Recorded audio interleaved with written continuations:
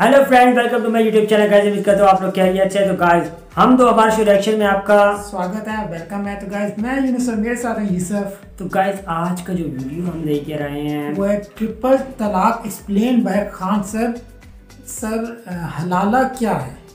तो काफी guys interesting बहुत ही मजे के और इंटरेस्टिंग है, बहुत ही ज़्यादा। खान सर काफ़ी इंटरेस्टिंग वीडियोस बनाते रहते हैं। हाँ, तो वीडियो तो इसलिए इंटरेस्टिंग है क्योंकि ये वीडियो तो खासकर हम पाकिस्तानियों के लिए भी है, क्योंकि इसमें तकरीबन सबके लिए पता लग जाएगा तलाक। इंडिया वालों ने ये डिवोर्स सब कुछ पता है, ये इंडिया वालों को था, लेकिन ये वीडियो खास करके पाकिस्तानियों के लिए है। तो गाइस जितने भी पाकिस्तानी हैं वो ज़रूर ये वीडियो पूरा एंड तक देखें, ठीक है ना, क्योंकि आपको इससे बहुत ही अच्छा और बहुत ही आपको मैसेज है आपके लिए हम इस वीडियो के अंदर ही आपको देंगे। तो गाइस वीडियो की तरफ चलने से पहले गाइस हमारे चैनल पर अगर आप न्यू हो तो हमारे चैनल को सब्सक्राइब कर दें और बेल आइकन को भी दबा दें ताकि हमारे आने वाली लेटेस्ट वीडियो आप तक पहुंच सके। तो गाइस आज चलते हैं हम आज की वीडियो की तरफ। अब समझते हैं 3 तलाक का मैटर। इसे जरा 3 तलाक क्या चीज़ हो गया था, बड़ी खतरनाक है जी 3 तलाक। हाँ, समझते हैं 3 तलाक के बारे में।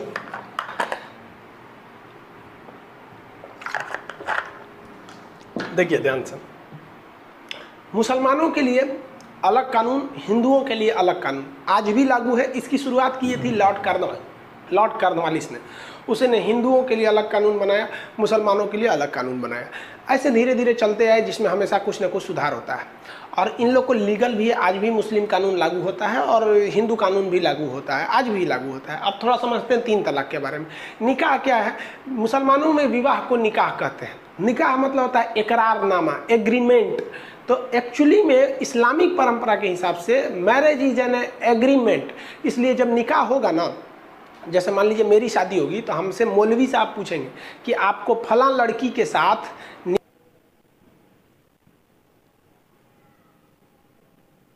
अभी चल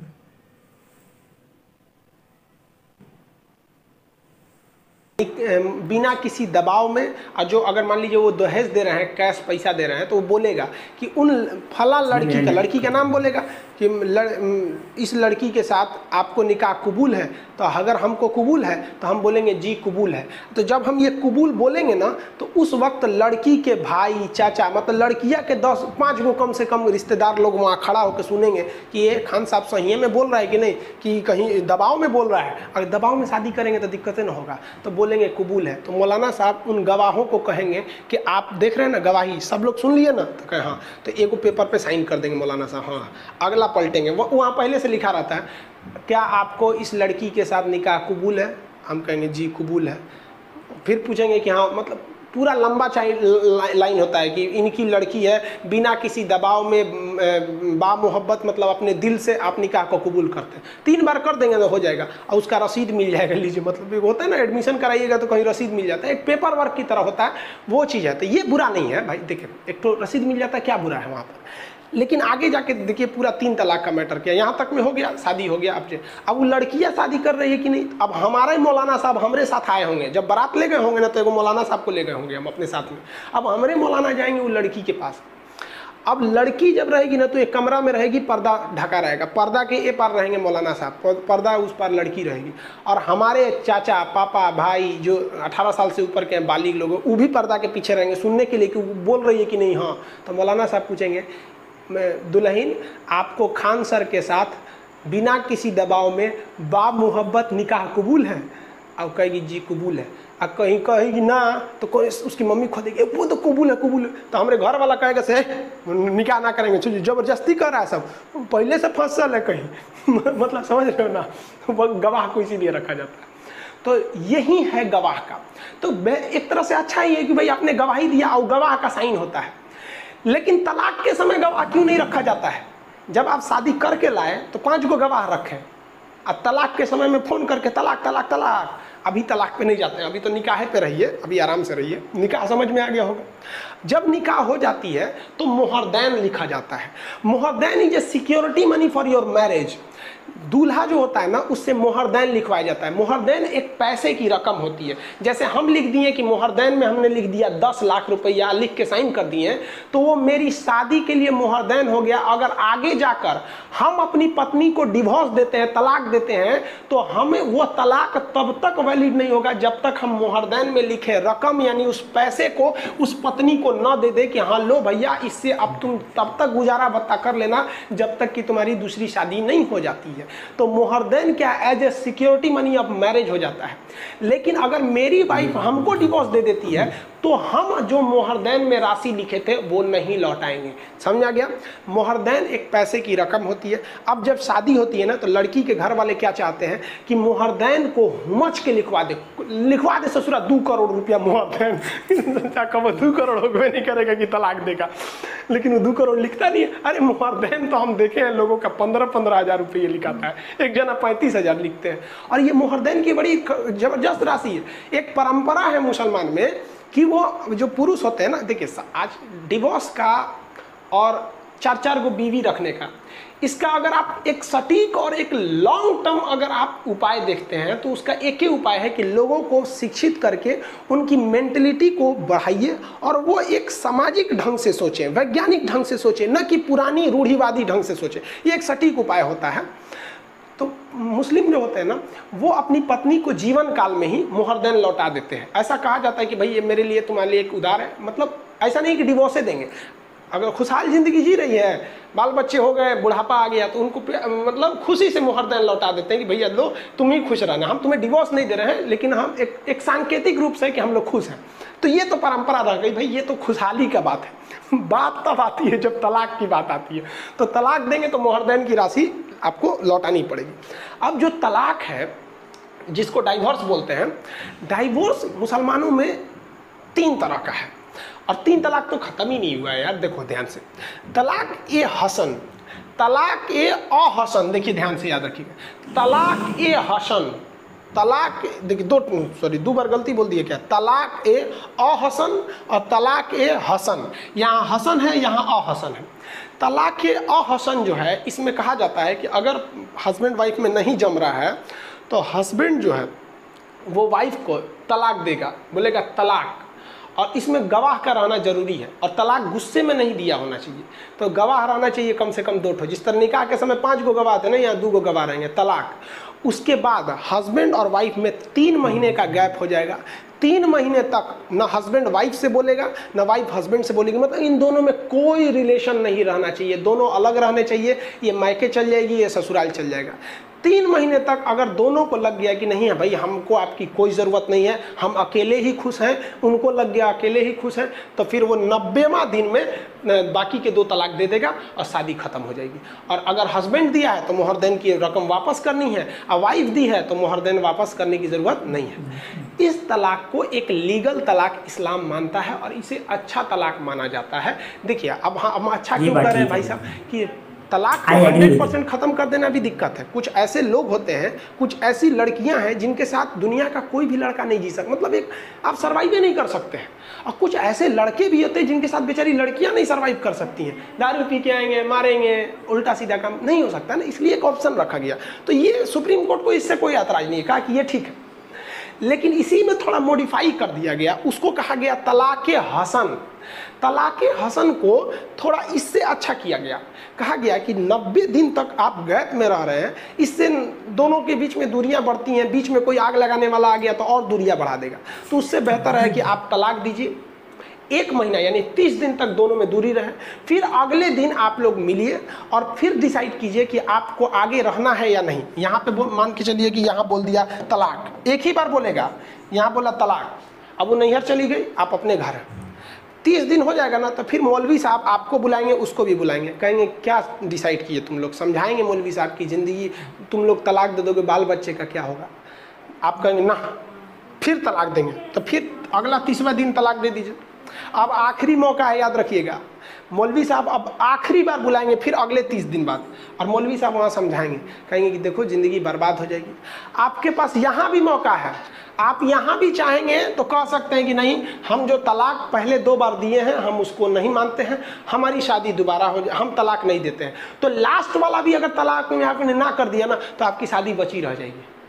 और यहाँ भी अगर आपने कह दिया तलाक, तो फिर गई काम से। फिर तब आपको क्या करना पड़ेगा, आप अगर शादी आप तोड़ रहे हैं, हस्बैंड तोड़ रहा है, तो फिर मुहरदैन की रकम वापस कीजिए, तलाक खत्म, तलाक हो गया, काम खत्म। ये जो 2 तरह के तलाक हैं, ये ट्रेडिशनल तलाक है, यही एक इस्लाम इसे मानता है और यही इस्लाम में चलते आ रहा है। सन 7वीं सदी में इस्लाम आया था, 622 ईस्वी के बाद इस्लाम को मेन जो उनका ट्रेडिशन था उसमें आया था। तो इसको हम लोग कहते हैं तलाक सुन्नत। ये दोनों टाइप का तलाक जो होता है इसे हम लोग कहते हैं तलाक ए सुन्नत। सुन्नत आप समझ जाएंगे, तलाक सुन्नत। सुन्नत उसे कहते हैं जो एक ट्रेडिशनली चला आ रहा है, बहुत पहले से चला आ रहा है, परंपरा दर परंपरा। लेकिन 12वीं सदी में यानी 1200 समथिंग में अचानक मौलवी लोगों ने एक नया तलाक शुरू कर दिया। ये शुरू में नहीं था, ये तलाक बिद्दत, नया तलाक शुरू किया, उसका नाम रख दिया तलाक बिद्दत।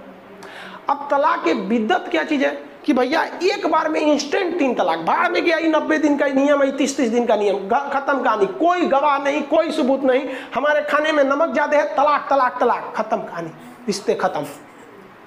अब पहली बात कि जो ये कह रहे हैं कि ये इस्लाम के खिलाफ है 3 तलाक को रोकना, तो पहले ये देखिए कि इसको शुरू कौन किया। 12वीं सदी में कौन से पैगंबर आए थे? कोई नहीं। लास्ट पैगंबर इस्लाम के हिसाब से लास्ट प्रोफेट जो लास्ट पैगंबर थे वो मोहम्मद साहब थे। पैगंबर का मतलब होता है ईश्वर के सबसे प्रिय, सबसे करीबी जो उनके दूत होते हैं उन्हें कहा जाता है प्रिय। सबसे उनसे प्रिय दूसरा कोई नहीं होता है। ईश्वर के लिए सबसे प्रिय होते हैं पैगंबर, उन्हें ईश्वर से बाद उन्हीं को वैल्यू दी जाती है। तो तलाक की बिद्दत पता नहीं कहाँ से शुरू हुआ, इसमें कोई सबूत गवाह की जरूरत नहीं, तलाक तलाक तलाक, खत्म कहानी, जा। अब इसमें ससुरा ईमेल पे तलाक आने लगा, व्हाट्सएप पे आने लगा, फेसबुक पे आ गया, लेटर लिख के भेज देता था, दुबई में है और उसकी मम्मी कह दी, रे तो मेहरुआ दुकान से बतिया रही थी, अरे हाँ दूसरा से बतिया रही थी, रुको फोन लगा, ससुरी कहीं के देख, अरे तलाक तलाक तलाक, ढाए खत्म। ले भाई साहब ये तो तलाक खिलवाड़ हो गया तलाक का। तो इंस्टेंट 3 तलाक का बहुत ही ज़्यादा मिसयूज हो रहा था। लेकिन इंस्टेंट 3 तलाक जो दे रहे थे ना, बाद में वो पछता भी रहे थे। पछता क्यों रहे थे कि ज़्यादातर जो झगड़े होते हैं वो गलतफहमी से हो जाते हैं। बाद में आपको भी एहसास होता है जब बच्चों को देखते हैं ना कि बच्चों का भविष्य कहाँ जाएगा, बड़े होंगे तो पूछेंगे मम्मी कहाँ गई, तो क्या कहिएगा कि तलाक दे के भगा दिए, तो पूछेगा काहे दिए थे। तो दोनों में कहीं ना कहीं गलतियां होती हैं। तो इन लोग को बड़ी पछतावा होता था। 2 साल बाद ये दोनों लोग फिर सोचते थे कि यार बच्चों के भविष्य के लिए हम फिर से शादी कर लेते हैं। यही ससुरा नया बवाल चालू, अब आप दूसरा शादी कर ही नहीं सकते हैं। ले भाई, इस्लाम में कहा गया है कि तलाक अगर आप उसको दे दिए तो दूसरी शादी नहीं कर सकते हैं। अब क्या होगा, तब अब आएगा हलाला। हलाला, ध्यान से समझिए, हलाला। हलाला कहता है कि यदि आपने अपनी पत्नी को डिवोर्स दे दिया, 3 तलाक दे दिया, और फिर चाहते हैं कि 6 महीना साल भर बाद आपका दिमाग ठंडाया, आप समझे कि नहीं हमसे गलती हो गई, फिर शादी कर ले, तब आप शादी नहीं कर सकते हैं। अगर आप चाहते हैं कि नहीं हम ओकरे से करेंगे, तब आपको हलाला फॉलो करना पड़ेगा। हलाला कहता है कि जिसको आपने डिवोर्स दिया ना, उसको फिर किसी दूसरे आदमी से कहिए कि निकाह करो, और दूसरा आदमी उससे निकाह करेगा यानी शादी करेगा, और वो जब उसे डिवोर्स देगा तब वो क्या कहलाए, तब आप उससे शादी कर सकते हैं। ये हो गया हलाला। ध्यान से समझिए पूरी बातों को। हलाला ये हो गया, समझ में आ गया ना। हलाला यानी अगर हमने किसी को डिवोर्स दिया, हम फिर शादी करना चाहते हैं, तो हमको उसके किसी दूसरे आदमी से कहना पड़ेगा तुम शादी कर लो और फिर तुम डिवोर्स दे दो। लेकिन इसमें वो रिस्क है। रिस्क क्या है कि मान लीजिए कोई व्यक्ति है, वो अपनी पत्नी को डिवोर्स दिया और कहता है कि फिर कहता है शादी करने के लिए, तो कहेगा किसी दूसरे से तुम निकाह कर लो, तो कह लेगा निकाह कर लिए, और वो आदमी कह रहा कि ना हम 1 महीना बाद लौटाएंगे। ले ससुरा कहीं का चौपट कर देगा। क्योंकि निकाह करने का मतलब उसको भाई अब उसकी पत्नी हो गई कानूनी हिसाब से, और कहेगा कि नहीं 1 महीना बाद लौटाएंगे, 6 महीना बाद लौटाएंगे, तो दिक्कत हो जाएगा। अरे भाई साहब, तो अब औरत की जिंदगी चौपट हो गई। अब इसी में काम आने लगे लोग, बूढ़े बूढ़े लोग। अब कोनो 80 साल का चौपट हो गया है, खटिया पे बैठल होकर उठल बैठल नहीं जा रहा है, तो आदमी उसी को खोजता था। हलाला के लिए यही ठीक है, ये तो ससुरा अपने उठ नहीं पा रहा है, एकरा बस में कौन चीज है। तो अपनी पत्नी से कहता था देख भाई तो उस बुढ़ऊ से ब्याह कर ले, बुढ़ऊ से निकाह कर ले। अरे हमको बस कानून न दिखाना है, तो बुढ़ऊ कहेंगे कि हम काहे लिए निकाह करेंगे, तो हमको क्या चाहिए, कुछ पैसा दे दीजिए, आपकी पत्नी सुरक्षित रहेगी, हम हलाला निकाह कबूल करेंगे, अगले दिन डिवोर्स दे देंगे। तो पैसा का कमाई हो जाता था। अब कोई आपसे कहेगा कि आपका उम्र 25-26 साल है, आपको कोई कहेगा कि हमारी पत्नी है, एक दिन ब्याह करके डिवोर्स दे दो, तो देंगे, कहेंगे 1-2 महीना अभी छोड़ो, बाद में हलाला देंगे वहाँ पर। तो वो बुढ़ऊ काम आता था सब, तो उनका इनकम होता था वहाँ पर। कोई बूढ़ा है, कहता हाँ एकदम कोई बात नहीं, आइए शादी कर लेते हैं, कबूल है जाइए, अगले दिन बुला के निकाह डिवोर्स कर देता था। तो वो जो हलाला था वो एक्चुअली वो एक दिन की शादी रहती थी, केवल इसीलिए कि वो लीगल हो सके अपनी पहली पत्नी से शादी करने की। तो भाई साहब एक तो हलाला अजीब टाइप का सुनने में लगता है, भाई उसको खिचड़ी बना दिया है वहाँ पर। तो हलाला जानबूझ के बूढ़े लोग से किया जाता था। एक बात बताओ, अगर 3 तलाक़ें खत्म हो जाएगा तो हलाला तो ऑटोमेटिक खत्म। तो जो बुढ़ऊ लोग थे, स्पेशलिस्ट जो थे कि आज शादी करो कल डिवोर्स देंगे, और हम बूढ़े हो चुके हैं, हमारे से उठल नहीं जा रहा, उनका तो रोजगार गया काम से, खत्म हो गया रोजगार। तो हलाला क्या है आप समझ गए, मोहर देन क्या है ये सब समझ गए। सुप्रीम कोर्ट ने क्या हुआ, अब बात समझिए, 3 तलाक अभी भी नहीं खत्म हुआ। ये बड़ी खराब कानून चल रहे थे सब, जिसमें तलाक के बिद्दत जो था, तो ये तो भाई बाद में आया था, इसको पता नहीं किसने लाया, पता ही नहीं है आज तक किसने। अब इसके बाद जो सुप्रीम कोर्ट में वर्डिक्ट चला गया, केस चला गया सुप्रीम कोर्ट में, सायरा बानो नाम की एक महिला थी, इनका डिवोर्स दे दिया इनके हस्बैंड ने, ये उठी तो सुप्रीम कोर्ट में केस कर दी। अब भारत सरकार के खिलाफ केस कर दी, भारत सरकार कुछ करे तो यूनियन ऑफ इंडिया के खिलाफ, अपने हस्बैंड के खिलाफ नहीं, यूनियन ऑफ इंडिया के खिलाफ, कि तोरे संविधान की वजह से ये सब चौपट हो रहा है। तो union of India Saira Bano के केस में हुआ। अब ये जो भयानक केस, जब भारत पे केस कीजिएगा संविधान के खिलाफ, तो नियम है कि कम से कम 5 जज मिलकर सुनवाई करेगी किसी भी संवैधानिक पीठ में। क्वेश्चन पूछा था पीसीएस के एग्जाम में, अब तक बैठी सबसे बड़ी संवैधानिक पीठ कौन थी, तो केशवानंद भारती मामले में 13 जज बने थे, गोरखनाथ वाले में 11 जज बैठे थे। तो कम से कम कितने जज होने चाहिए, 5। तो सायरा बानो वाला जो केस है, इस सायरा बानो वाले केस में 5 जज बैठे थे। अब जज के नाम से क्या मतलब है आपको, जज में एक इसमें मुस्लिम जज भी थे। आपको इसलिए बोल रहे हैं मुस्लिम जज थे क्योंकि मुस्लिम से रिलेटेड मामला था, हालांकि हम ये मुस्लिम हिंदू नहीं करना चाह रहे थे, मतलब आपको बता दिए कि नहीं इसमें मुस्लिम जज भी थे। 5 जज में से 2 जजों ने कहा कि नहीं, ये 3 तलाक इस्लाम का मुख्य हिस्सा है, और आर्टिकल 25 कहता है कि हमें सुप्रीम कोर्ट को धार्मिक मामले में, मूल अधिकार के मामले में हस्तक्षेप नहीं करना चाहिए, संसद कानून बनाना चाहे तो बना सकती है। तो 2 लोग तो फेवर में हो गए, सायरा बानो कही गए, तो ये कहते फेवर में चल गया, जबकि 2 जज थे वो अगेंस्ट में थे, कहे कि नहीं 3 तलाक गलत है, क्योंकि कहा गया है कि कानून के नज़र में सब बराबर है, लड़की लड़का दोनों बराबर है, लेकिन 3 तलाक तो लड़का को ज़्यादा वैल्यू दे रहा है, लड़की को कम दे रहा है। और साथ ही साथ आर्टिकल 13 क्या कहता है कि अनुच्छेद 13 क्या कहता है कि कोई भी ऐसा कानून जो संविधान के बनने से पहले था, अगर उसके वजह से किसी के मूल अधिकार आज के वक्त में प्रभावित हो रहे हैं, तो वो वाले मूल अधिकार, वो वाले पुराने कानून खत्म हो जाएंगे। अब ये इंस्टेंट 3 तलाक को 1937 में अंग्रेज मान्यता देके चले गए थे सब।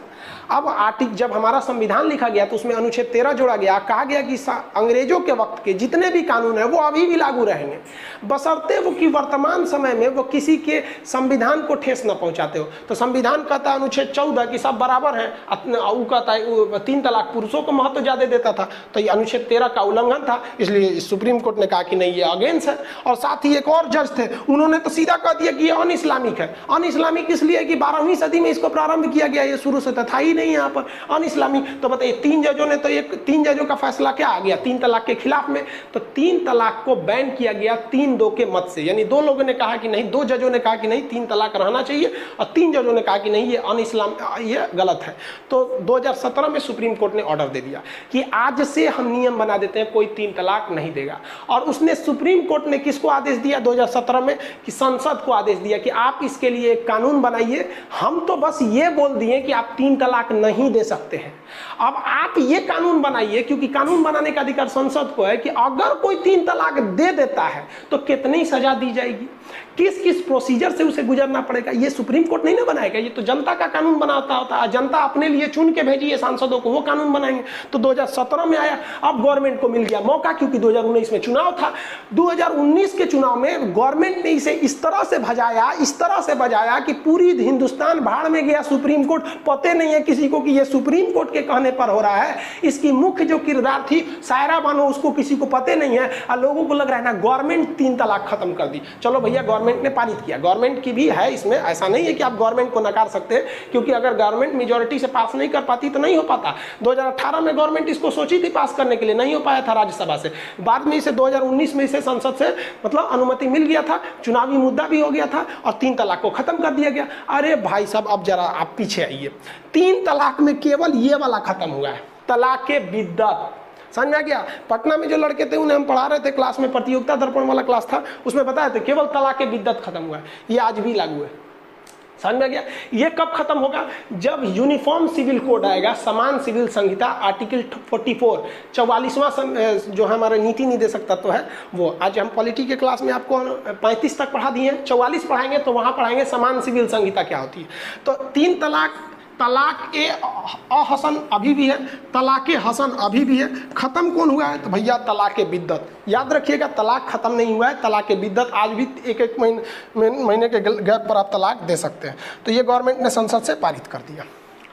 पारित करने के बाद कुछ महिलाएं इसकी विरोध में चली आई और हजारों महिला विरोध में आ गई और कहीं कि तलाक बिल वापस करो, वापस करो। और इनके बैनर पे लिखा था ट्रिपल तलाक बिल अनकॉन्स्टिट्यूशनल। भैया सुप्रीम कोर्ट ने कहा है कि ये कॉन्स्टिट्यूशनल है, यानी ये संविधान के हिसाब से सही है। अब ये कहती हैं कि अनकॉन्स्टिट्यूशनल है। हमको लगता है कि सुप्रीम कोर्ट का जज संविधान ज़्यादा पढ़ा है इन लोगों के तुलना में।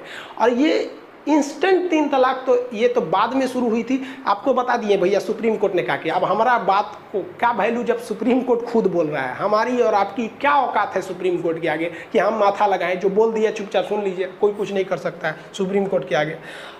जबकि कुछ महिलाएं इसके फेवर में थी, मिठाई खिला रही थी लोग कि भैया चलो चलो मिठाई खाओ, मिठाई खाओ, फेवर में हो गया। अब संसद ने जो कानून बनाया उसमें सजा का प्रावधान किया, कहा कि अब ये संज्ञेय अपराध है। 3 तलाक क्या है? एक संज्ञेय अपराध है, मतलब ये 3 तलाक जो है ट्रिपल तलाक, अब इस पर जो है वो मतलब खतरनाक अपराध में जोड़ा जाएगा और पुलिस बिना वारंट आपको गिरफ्तार कर सकती है। वारंट की जरूरत नहीं, सीधे महिला गई और शिकायत कौन करेगा? महिला, या महिला का कोई संबंधी जाके शिकायत कर देगा कि इसका हस्बैंड, मतलब मेरी बहन का हस्बैंड इसको 3 तलाक दिया, या खुद महिला जाके कह देगी कि दरोगा साहब हमको 3 तलाक दिया। दरोगा कुछ नहीं देखेगा, आप दिए हैं कि नहीं दिए हैं, सही बोल रही कि नहीं बोल रही है, कुछ नहीं देखेगा। चल बाबू तू अंदर चल, जेल में चल, डाल देगा पुलिस स्टेशन में। और पुलिस स्टेशन में एक बार आ गया ना तो फिर इसको जमानत जो देगा वो मजिस्ट्रेट देगा, जज। और मजिस्ट्रेट तब तक जमानत नहीं देगा जब तक वो इस महिला की बात न सुन ले। अब मान के चलिए कि किसी की पत्नी जाके बोल दी कि हमारा हस्बैंड तलाक दिया है, ठीक है, वो तो चल गए जेल में। अब जज बुलाएगा महिला को, आइए अब आपकी बात सुनते हैं। महिला कहेगी कि हाँ हमको ज़्यादा प्रताड़ित करता था, ये करता था, तो फिर उसको जमानत देगा कि ठीक है आप जाइए, आप लोग मुकदमा लड़िए। उसके बाद अगर चाहता है, मान लीजिए कि पति कह दिया कि नहीं हम इसको रखबे नहीं करेंगे, तो उसके बदले पति को 3 साल की सज़ा है। लेकिन पति कहेगा कि देख तरीके बड़ी बेइज्जती हो जाएगा, ये तो ससुरी फंसा दी हमको, तो सेटलमेंट कर लेंगे। तो जज साहब से कहेगा जज साहब हम माफ़ी मांगते हैं, सेटलमेंट करिए। तो जज साहब झाड़ देंगे, माफ़ी मांगते हैं, ओकरा से मांग माफ़ी, ओकरा से। संविधान में स्पष्ट कहा गया कि समझौता जज नहीं, समझौता जज की उपस्थिति में होगा लेकिन महिला से पूछ के होगा। यानी इसमें महिला को ज़्यादा पावर दिया गया। और बच्चों की जो कस्टडी होगी, छोटे बच्चों की, वो महिला के पास रहेगी, ये जज साहब डिसाइड करेंगे। तो ये तो इसकी थी यहाँ पर। लेकिन इसके मिसयूज भी हो सकते हैं। मिसयूज कैसे हो सकते हैं, ध्यान से समझिए कि ऐसा नहीं है कि सबके साथ आपकी ज़िंदगी पॉसिबल है। अगर कोई प्यार से समझाने से मान जाता ना, तो बांसुरी बजाने वाले कन्हैया ना महाभारत तो कभी होने ही नहीं देते। कुछ ऐसी महिलाएं हैं जिसके साथ पुरुष नहीं जी सकते, कुछ पुरुष हैं जिनके साथ महिलाएं नहीं जी सकती। इसलिए सुप्रीम कोर्ट खुद कहता है कि हम तलाक दिला सकते हैं, हाई कोर्ट भी खुद दिला सकता है, लेकिन आप प्रूफ कीजिए कि नहीं ये रियल में प्रॉब्लम है तो तलाक दे सकते हैं। तलाक का कई रीजन है कि अगर दूसरे से अवैध संबंध है, नपुंसकता है, या फिर कई कारण है, उनमें से है, तभी मनमौजी तलाक नहीं चलेगा वहाँ पर। क्योंकि बहुत से लोग, आप खुद देखिए ना, नरेंद्र मोदी जी के साथ पूरे देश को संभाल सकते हैं, पत्नी को संभाल पाए क्या? नहीं संभाल पाए। अब पता भी नहीं है कि किसी को किस वजह से उन लोगों में है, वो लोग भी तो एक तलाक से तो खतरनाक वो भी है। तो इस पर भी गवर्नमेंट को सोचना चाहिए, क्योंकि अभी वर्तमान समय में खुद वेलफेयर मंत्रालय का जो है, महिला बाल विकास मंत्रालय का आंकड़ा है कि लगभग 18 लाख ऐसी महिलाएं हैं जिनके हस्बैंड ने उन्हें न तलाक दिया है, न कुछ बोला है, लेकिन वो अपने घर में रहती हैं। शायद आप देखने वाले इस क्लास लेक्चर को आपके में भी गाँव में ऐसी महिलाएं मिल जाएंगी जो अपने ससुराल नहीं जाती हैं, क्योंकि उनको उनके ससुराल से निकाल दिया गया और डिवोर्स तक नहीं दिया गया। तो 3 तलाक और ये दोनों खतरनाक चीज़ें, जिस तरह से सती प्रथा गलत थी, उस तरह से इंस्टेंट 3 तलाक को सुप्रीम कोर्ट ने गलत माना और उसे क्या कर दिया, बैन कर दिया। लेकिन अभी भी दो तलाक है, वो कब हटेंगे, जब वो गवर्नमेंट यूनिफॉर्म सिविल कोड लाएगी और वो ले आएगी भी है। लेकिन यूनिफॉर्म सिविल कोड को हम नेक्स्ट क्लास में समझाएंगे कि वो काफ़ी टफ हो जाएगा, वो इतना सिंपली नहीं होगा, उसमें कुछ ज़्यादा झमेले हैं। तो इसमें समझे इसका मिसयूज भी हो सकता है, अगर महिला चाहेगी तो मिसयूज भी कर सकती है। लेकिन देखिए 3 तलाक का अगर ओवरऑल मामला देखेंगे ना, तो ज़्यादातर में महिलाएं ही सताई जाती हैं। अगर 100 मामला 3 तलाक का है ना, तो उसमें देखेंगे कि 80% जो थे वो पुरुष अपने मनमौजी करके डिवोर्स देते थे। 20% ही ऐसा मामला था 3 तलाक का कि नहीं वो महिला चौपट थी, लेकिन 80% मामले में पुरुष की मनमौजी चलती थी। ज़्यादातर ये होता था जो समाज में दिख रहा है। अब सुप्रीम कोर्ट कह दिया, हमारा कहने ना कहने से क्या फ़र्क पड़ने वाला है। मतलब एक कहावत कहा जाता है ना, फूफा के घुसियाने से किसी का शादी नहीं कटता है। यानी हम आपको बस सुप्रीम कोर्ट के वर्डिक्ट को समझा दिए, समझा गया। पीडीएफ आप लोग को मिला होगा, ये तो समझ गए इसका तो क्या चीज़ है, हलाला वगैरह तो A to Z चीज़ें को आप लोग समझ ही गए होंगे, ये सब चीज़ें क्या चीज़ है। तो आपको आई होप ये सब समझ में आ गया होगा। अब आपको नेक्स्ट क्लास में आपको मिलेंगे। अब अगले क्लास में आपको समझाएंगे हम नीति निर्देशकता तो क्या है, प्रिंसिपल डायरेक्टिव्स ऑफ स्टेट, ये काफ़ी ज़्यादा ज़रूरी है। इसमें ही है आपका शराब पर प्रतिबंध, गौ हत्या पर, फिर SC ST के लिए संरक्षण, समान सिविल संहिता, पंचायत वगैरह, इस सब में काफ़ी डिटेल्स है। मिलेंगे नेक्स्ट क्लास में। जय हिंद। तो गाइज आज का आपने वीडियो देख लिया, बहुत ही इंटरेस्टिंग और मज़े का था। और गाइज जहाँ तक वो बात कीजिए हलाला का, तो गाइज मैं यही कहूँगा कि ये जो होती है सबसे कठिन और सबसे औखी और सबसे मुश्किल जो चीज़ होती है वो हलाला होता है। हाँ, सिक्योरिटी मनी जिसको हक महर कहते हैं, हम मुसलमान उसको हक महर कहते हैं। ये तमाम लोगों को मैं बताना चाहता हूँ कि जो सिक्योरिटी मनी होती है इसको हम हक महर कहते हैं। और हक महर ये आप अदा भी कर सकते होते हैं शादी होने के बाद, चाहे आप शादी के बाद भी रुखसती के बाद भी कर सकते हैं, तलाक में भी, तलाक दे के भी आप कर सकते हैं, और तलाक ना भी दें तो आप ये हक महर अपना बुरी बात नहीं है। और रह की बात इसमें हलाला की, तो हलाला की काफ़ी अच्छी खान सर ने एक्सप्लेनेशन बताई है कि इसमें ये इतना बहुत मुश्किल काम होता है, इसमें बहुत ज़्यादा चीज़ें वगैरह देखनी पड़ती हैं। तो गाइस आज का यानी कि ये वीडियो में ये आपको बताया गया हाँ सर, काफ़ी इंटरेस्टिंग वीडियो था कि हलाला वगैरह सब। और हलाला वगैरह में यही है कि आपको अगर मुसलमान में फ़िरका है, ठीक है ना, सुन्नियों अहले सुन्नत का, तो उसमें ये बहुत ही ज़्यादा कठिन चीज़ है, ठीक है ना।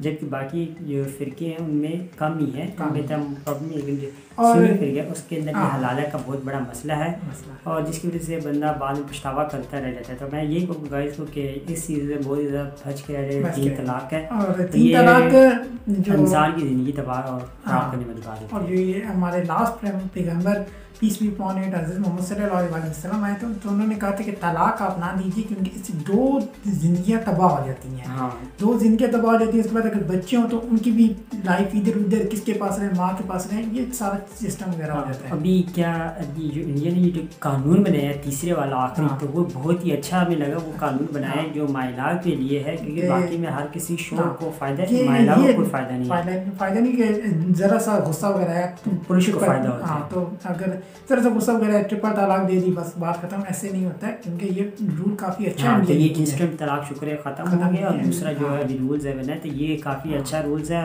पहले ज़माने में रूल काफ़ी अच्छा था। और दूसरा ये कि जो इंडिया के जो है सीधा जाके जो भी है महिला वगैरह होगी उसी तरह के पुलिस में अप्लाई करेंगे, उसको पुरुष वर्ग उसी टाइम उठा लेंगे। ये बहुत ही अच्छा किस्म के, इससे लोग डरेंगे और इस चीज़ से दूर रहेंगे। और इस वजह से तो इंडिया में जो तलाक का रेशियो है वो 0% है। हाँ, तो गाइज आज के लिए हमारा वीडियो इतना ही था। खान साहब का काफ़ी इंटरेस्टिंग और नॉलेज वाला वीडियो था। तो गाइज अगर आपको इस वीडियो में कोई भी चीज़ नहीं समझ में आई तो आप हमें कमेंट्स में बताएं, हम आपको जरूर बताएंगे। और गाइज हमें हमारे वीडियो को लाइक लाजमी करना, और वीडियो को लाइक करें और शेयर करें ज़्यादा से ज़्यादा अपने दोस्तों तक पहुँचाएं।